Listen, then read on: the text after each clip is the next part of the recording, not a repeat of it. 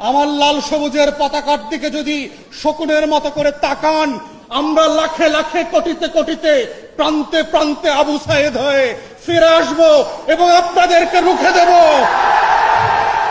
বাংলাদেশ বিক্রি করার জন্য জন্ম হয় নাই, লাখো শহীদের রক্তে গড়া দেশটা কারো বাপের না। কোন বংশের কাছে, কোন ব্যক্তির কাছে আমরা বাংলাদেশ বন্ধক দেই নাই এবং দেব না। এই দিল্লির বয়ানটা বোঝা আজকে জুলাই যোদ্ধাদের জন্য অতীব জরুরি এবং এটার মধ্য দিয়ে হচ্ছে আপনি নাগরিক হবেন। যারা গত বছর এবং গত 16-17 বছর ধরে বাংলাদেশটাকে দিনে রাতে দিল্লির কাছে বিক্রি করে দিয়েছে, তাদের বিরুদ্ধে যারা লড়াই করবার জন্য আসমান থেকে আবাবিলের মতো লাখে লাখে নাজিল হয়েছিল, আবু সাইদের মতো বুক পেতে দিয়েছিল, মুগ্ধের মতো পানি বিতরণ করতে করতে বলেছিল, যে নামেই আপনি আসেন কোন শকুনের চোখকে বাংলাদেশ মেনে নেবে না। আপনি আওয়ামী লীগ নামে আসেন, আমরা আওয়ামী লীগ প্রতিহত করব। আপনি শেখ হাসিনার নামে আসেন, আমরা শেখ হাসিনাকে প্রতিহত করব। আপনি দিল্লির নামে আসেন, আমরা দিল্লিকে প্রতিহত করব। দিল্লিকে পরাজিত করার ইতিহাস বাংলাদেশের শাসকদের আছে, তাই শুধু আওয়ামী লীগ আর হাসিনা না, দিল্লিকেও বুঝতে হবে। ত্রয়োদশ এবং চতুর্দশ শতাব্দী থেকে শিক্ষা নেন। আমার লাল সবুজের পতাকার দিকে যদি শকুনের মতো করে তাকান, আমরা লাখে লাখে কোটিতে কোটিতে প্রান্তে প্রান্তে আবু সাইদ হয়ে ফিরে আসবো এবং আপনাদেরকে রুখে দেব। বাংলাদেশ বিক্রি করার জন্য জন্ম হয় নাই, লাখো শহীদের রক্তে গড়া দেশটা কারো বাপের না। কোন বংশের কাছে, কোন ব্যক্তির কাছে আমরা বাংলাদেশ বন্ধক দেই নাই এবং দেব না। অতএব সেই বাস্তবতাই হচ্ছে নতুন করে আবার জুলাই যোদ্ধাদেরকে, আমরা যারা জুলাই রাজপথে ছিলাম, আমাদেরকে মাথায় রাখতে হবে এই রাষ্ট্রের শত্রু কারা। প্রতিদিন এই রাষ্ট্রের ক্ষতি করবার জন্য দেশে এবং বিদেশে বসে কারা ষড়যন্ত্র করছে, হাজার হাজার কোটি টাকা অপচয় করে লুটপাট করে আজকে বাংলাদেশকে অস্থির করবার জন্য উঠে পড়ে লেগেছে। ওরা কারা? প্রতিদিন ফেসবুকে এবং ইউটিউবে বলবার চেষ্টা করছে, আগেই তো ভালো ছিলাম, 40 বছরে এত মদ দেখি নাই। এই সুশীলরা কারা? গত 16 বছর যারা কলম ধরে নাই। ওই গণমাধ্যমগুলো কারা? গত 16 বছরে কোনো অন্যায়ের বিরুদ্ধে যারা কলম তোলে নাই, প্রতিবাদ করে নাই, বরং গণভবনে গিয়ে, বঙ্গভবনে গিয়ে তেল দিয়েছে শুধু এই রাষ্ট্রের ক্ষতি করে। তাদের কলমে সেদিন কালি ছিল না, আজকে কলমে এত কালি কোথায় আসছে? এগুলো আপনার কলমের কালি না, এগুলো আবু সাইদদের রক্তে গড়া বাংলাদেশের রক্তাক্ত কালি। এই কালির সাথে বেঈমানি আমরা আগেও মেনে নেই নাই, পরেও মেনে নেব না ইনশাআল্লাহ।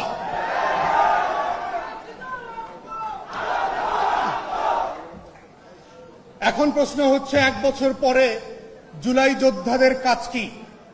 আজকে কি প্রায়োরিটি আমার রক্ত দেয়া, না রক্তে পাওয়া বাংলাদেশটাকে নতুন করে গঠন করা?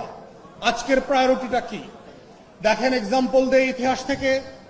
দ্বিতীয় বিশ্বযুদ্ধের পরে যাদের নেতৃত্বে ব্রিটেন এবং ইউরোপ এবং ওয়েস্টার্ন ফোর্সেস যুদ্ধ জিতল, সেই Winston Churchill, British prime minister, যুদ্ধের পরের যে নির্বাচন ছিল, সেই নির্বাচনে 45 সালে তিনি হেরে গেলেন। তাহলে যার নেতৃত্বে যুদ্ধ হলো, যার নেতৃত্বে দেশ জিতল, সেই লোক এবং সেই দলটা পরবর্তী নির্বাচনে কেন হেরে গেলেন? 45 সালে ব্রিটিশ হিস্ট্রিতে Labour party for the first time landslide victory নিয়ে ক্ষমতায় এসছে। কি কারণ ছিল? তাহলে যুদ্ধে বিজয় হওয়া একটা জিনিস, আর বিজিত রাষ্ট্রকে গঠন করবার লড়াইটা হচ্ছে আর একটা জায়গা। তাই জুলাই যোদ্ধাকে বুঝতে হবে, গত বছরের যে লড়াইটা আমার ছিল, সেই লড়াইটা 25-এ ভিন্নভাবে করতে হবে, 26-এ আর একভাবে করতে হবে, এবং এই লড়াইটা করতে করতে কিভাবে নতুন বাংলাদেশকে গড়তে হবে, সেই জায়গাটা আজকে জুলাই যোদ্ধাদেরকে বুঝতে হবে। কারণ যেই যুদ্ধটা গত বছর ছিল হাসিনার বিরুদ্ধে, আওয়ামী লীগের বিরুদ্ধে, ভারতের বিরুদ্ধে, সেই যুদ্ধটা আজকে তৈরি হয়েছে আমাদের বাংলাদেশকে নতুন করে গড়বার জন্য। যেইটাকে আমরা বলছি নতুন রাজনৈতিক বন্দোবস্ত, যেইটাকে আমরা বাংলাদেশ 2 বলছি, যেইটাকে বলছি দায় ও দরদের ভিত্তিতে এই দেশটাকে নতুন করে সাজানোর কথা, তাহলে সেই নতুন বাগানটা কিরকম হবে, কিভাবে হবে, সেই বাংলাদেশ দুইটা দেখতে কিরকম হবে, সেই স্বপ্নটা আমাদের তরুণদেরকে, আমাদের জুলাই যোদ্ধাদেরকে বুঝতে হবে এবং আত্মস্থ করতে হবে।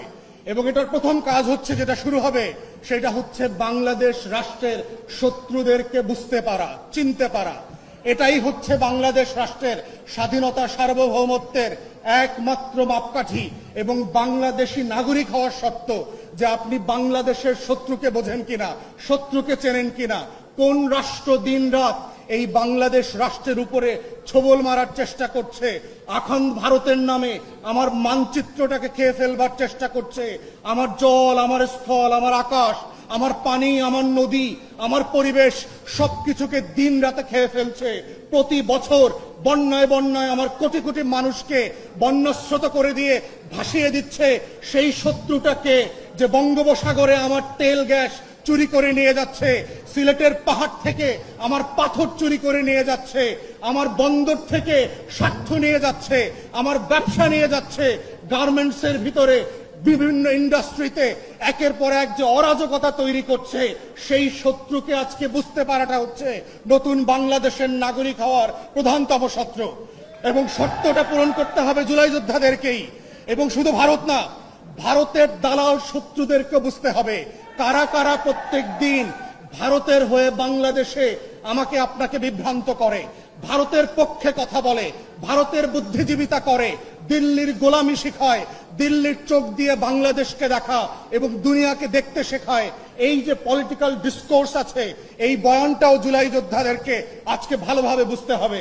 এবং দেখেন, প্রত্যেক দিন পত্রিকায় পড়েন, মনে হচ্ছে বৈষম্য বিরোধী ছাত্র আন্দোলনের ছেলেমেয়েরা দেশের সব কিছু লুটপাট করে খেয়ে ফেলছে। দেখলে মনে হইতেছে বাংলাদেশে আর কোনো ইবলিস ছিল না 24-এর আগে, সব ফেরেশতা ছিল, 24-এ সব ইবলিস হয়ে গেছে। ঠিক উল্টা গল্পটা শেখাচ্ছে। মাদকের ব্যবসায় কে দায়ী? সমন্বয়ক দায়ী। চাঁদাবাজি করতেছে কে? সমন্বয়ক করতেছে। তদবির করতেছে কে? সমন্বয়ক করতেছে। অতএব এই যে নতুন অভ্যুত্থানের নেতা কর্মীদেরকে শত্রু বানানোর রাজনীতি চলছে, অতএব এই জুলাই যোদ্ধাদেরকে বুঝতে হবে সেই শক্তিগুলো কারা, সেই গণমাধ্যমগুলো কারা, যারা দিল্লির বয়ান কায়েম করবার চেষ্টা করছে, বাংলাদেশকে যারা নতুন করে স্বাধীন করেছে, সেই স্বাধীনতার নায়কদেরকে প্রত্যেক দিন প্রত্যেক রাতে বাংলাদেশের শত্রুতে পরিণত করছে, দেশের জনগণের মুখোমুখি দাঁড় করানোর চেষ্টা করছে। এই দিল্লির বয়ানটা বোঝা আজকে জুলাই যোদ্ধাদের জন্য অতীব জরুরি। এবং এটার মধ্য দিয়েই হচ্ছে আপনি নাগরিক হবেন, এটার মধ্য দিয়েই হচ্ছে বাংলাদেশ রাষ্ট্র আগামী দিন টিকে থাকবে কিনা সেই টিকে থাকার শর্ত তৈরি হবে। এবং সেই শর্তের ভিতরে শুধু বিদেশি শত্রু না, কারা কারা আজকে বাংলাদেশে মৌলবাদীদের উত্থানের গল্প শোনাচ্ছে, জঙ্গি উত্থানের গল্প শোনাচ্ছে। এই গল্প তো আমরা 2001 থেকে দেখেছি, যে এই গল্পগুলোর মধ্য দিয়ে আমার মাদ্রাসার ছাত্র আলেম ওলামায়ে কেরাম বিরোধী দলের রাজনীতিবিদদেরকে গুম করার, খুন করার, আয়না ঘরে নেওয়ার বৈধতা তৈরি হয়েছে। যেই গল্পের মধ্য দিয়ে জিয়া পরিবারের সদস্যদেরকে গুন্ডা বানানো হয়েছে, চোর বানানো হয়েছে, হাওয়া ভবনের নাটক তৈরি করা হয়েছে। যেই গল্পের মধ্য দিয়ে জাতীয়তাবাদী দেশপ্রেমিক শক্তিকে কিভাবে একের পর এক মিথ্যা মামলা দিয়ে বাংলাদেশের রাজনীতিতে নাই করে দেওয়া হয়েছে, এই গল্পটাও আপনাদেরকে বুঝতে হবে।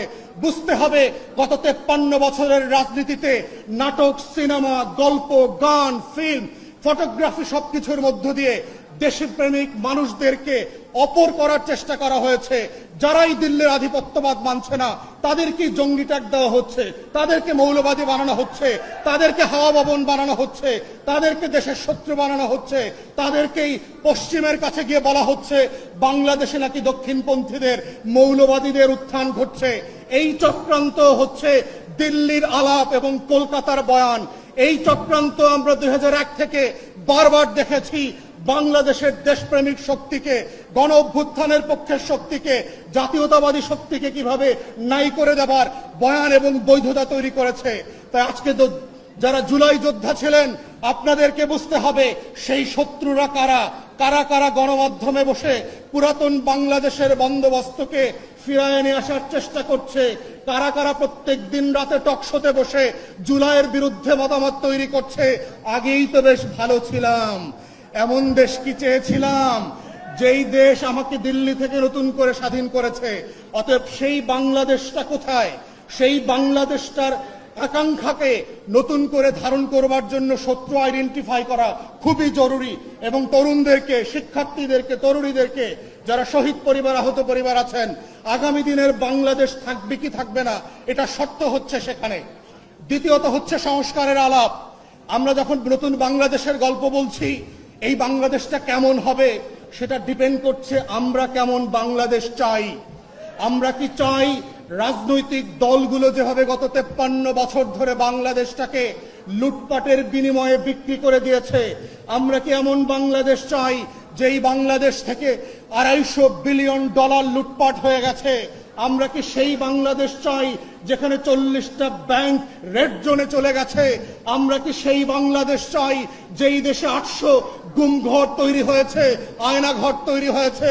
আমরা কি সেই বাংলাদেশ চাই পুলিশ, গোয়েন্দা সংস্থা, র্যাব রাতের 2টায় 3টায় গিয়ে আমাকে আপনাকে বাসা থেকে উঠায় এনে বুড়িগঙ্গায় লাশ হিসেবে ডুবায় দেবে, পাথর চাপা দেবে? আমরা কি সেই বাংলাদেশ চাই যেই বাংলাদেশে ভোট হবে না, গণতন্ত্র হবে না? আমরা কি সেই বাংলাদেশ চাই যেই বাংলাদেশে এক বংশ এবং এক পরিবারের শাসন কায়েম হবে? আমরা কি সেই বাংলাদেশ চাই মসজিদে নামাজ পড়া অবস্থায় ধরে এনে গুম ঘরে পাঠিয়ে দিয়েছে, হাজার হাজার লাশের কবর পাওয়া যায় নাই? আমরা কি রায়ের বাজারের বধ্যভূমির সেই বাংলাদেশ চাই? আমরা কি সেই বাংলাদেশটা চাই যেই বাংলাদেশে আজাদির গল্প বললে দিল্লি আপনাকে শত্রু আর জঙ্গি বানাবে? আমরা কি সেই বাংলাদেশটা চাই যেই বাংলাদেশে নারীকে নারীর মতো করে সম্মান না দিয়ে ভোগ্যপণ্যের মতো ট্রিট করা হবে? আমরা কি সেই বাংলাদেশটা চাই যেই বাংলাদেশ আমার আপনার জীবন থেকে 17টা বছর কেড়ে নিয়ে গেছে? আমরা কি সেই বাংলাদেশ চাই ঘুম থেকে উঠবার আগে আপনি জানবেন যে ভোট হয়ে গেছে? আমরা কি সেই বাংলাদেশ চাই যেই বাংলাদেশের আমলারা প্রত্যেক দিন এবং প্রত্যেক রাতে আমাদেরকে তালগাছ দেখায়? আমরা কি সেই বাংলাদেশ চাই যেই বাংলাদেশের সশস্ত্র বাহিনী 17টা ঘোড়া নিয়ে দিল্লির কাছে বাংলাদেশ বিক্রি করে দিয়ে আসছে? আমরা কি সেই বাংলাদেশ চেয়েছিলাম যেই বাংলাদেশে আমি আপনি অপর হিসাবে বাস করব? না নতুন বাংলাদেশটা আসলে আমার স্বপ্নের বাংলাদেশ হবে, যেই বাংলাদেশে আমার আজাদির লড়াই, আমার 71-এর ঘোষণাপত্র সাম্য, মানবিক মর্যাদা এবং সামাজিক সুবিচারের ভিত্তিতে একটা বৈষম্যহীন বাংলাদেশ উপহার দেবে, যেই বাংলাদেশ সবার হবে, চাকমার হবে, মারমার হবে, পাহাড়ির হবে, বাঙালির হবে, অবাঙালি উর্দুভাষীর হবে, হরিজন সাঁওতালের হবে, নারী এবং পুরুষের হবে, মুসলমান এবং হিন্দুর হবে, বাঙালি এবং অবাঙালি সবাই মিলে যে রাষ্ট্র গড়বার স্বপ্ন ছিল শত শত বছরের এই জমিনের আজাদির লড়াইয়ের বাংলাদেশ, সেই বাংলাদেশটাই হচ্ছে বাংলাদেশ 2। সেই বাংলাদেশটাই হচ্ছে জুলাই আগস্টের গণ অভ্যুত্থানের বাংলাদেশ। ওই বাংলাদেশটাকে আমরা ফেরত চাই, যেই বাংলাদেশে সেবা এবং সমস্যা সমাধানের রাজনীতির মধ্য দিয়ে আমরা একটা নতুন বাংলাদেশ গড়ব। বারে বারে যেন আমাকে রাস্তায় এসে লড়াই করে রক্ত দিতে না হয়। আমরা যেন সেই বাংলাদেশটা চাই, এটাই যেন শেষ গণ অভ্যুত্থান হয়। যদি রাজনৈতিক দলগুলো এই বাস্তবতা না শুনে, এই বাস্তবতা মেনে না নিয়ে তার খাসলত পরিবর্তন না করে, তাহলে মনে রাখবেন জুলাই ঘোষণাপত্র আর জুলাই সনদের মধ্য দিয়ে আগামী দিনের নতুন গণ অভ্যুত্থানের ইশতেহার দেওয়া হবে নতুন বাংলাদেশ গড়বার জন্য। এই বাংলাদেশ যদি ফিরে না আনেন, আবারও লাখে লাখে কোটিতে কোটিতে আবাবিলরা আবু সাইদ আর মুগ্ধের মতো রাস্তায় নেমে আসবে। আমরা চাই রক্ত দেবার এই রাজনীতি যেন শেষ হয়ে যায়, দেশ গঠনের রাজনীতি ফিরে আসে, সংস্কারের রাজনীতি আসে, যেই রাজনীতিতে দেয়ালে দেয়ালে যে আকাঙ্ক্ষার কথা, স্বপ্নের কথা আমার লেখা ছিল, তার প্রত্যেকটা স্বপ্ন যেন এই বাংলাদেশে আমরা সবাই মিলে বাস্তবায়ন করতে পারি। এটাই হচ্ছে জুলাই যোদ্ধাদের কাছ থেকে আমাদের প্রত্যাশা এবং আহ্বান। সেই আহ্বান রেখে আমার বক্তব্য এখানে শেষ করছি। সবাইকে অসংখ্য ধন্যবাদ। আসসালামু আলাইকুম।